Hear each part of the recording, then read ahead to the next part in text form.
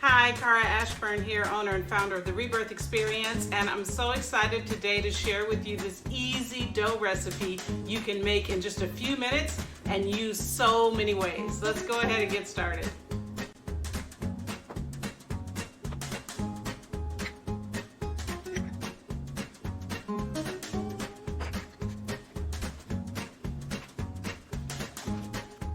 Combine all ingredients in a bowl. As you pull it together with your hands, if you notice you have a lot of extra flour, just add a bit more water. If your dough is very sticky, add a bit more flour. Knead by folding the dough in multiple directions until it becomes a nice, smooth ball. Then set aside.